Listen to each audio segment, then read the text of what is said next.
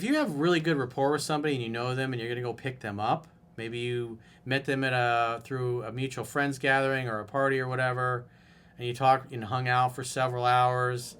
In that case, you're going to get her address and go pick her up. If you met her on a dating app or you talked to her for 5 or 10 minutes, probably in your first date, you're going to meet her out. And as I lay things out in the book, it's like you got to take these things on a case by case basis. Sometimes you can meet a girl and make an instant date on the spot and have an instant date. Sometimes you can make a date and meet her a few hours later that evening or the next day.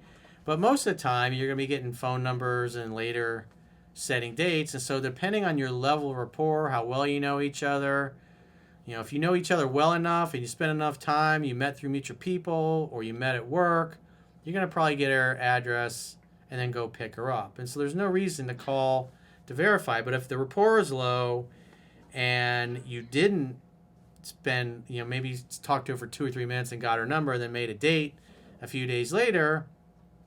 But since you don't know her, she doesn't know you, you don't have any mutual friends, there's no social pressure that if she jerks you around, she's going to get, her friends are going to rip her a new one for jerking you around. Then what you can do on those type of dates is instead of saying, hey, are we still on? Which is the kind of thing a guy who's used to getting stood up and blown off usually says. What you can do is if you're supposed to meet at, say, 7 o'clock, you can say, hey, I'm running behind at work. Can we meet at 7:30 instead? Does that work for you?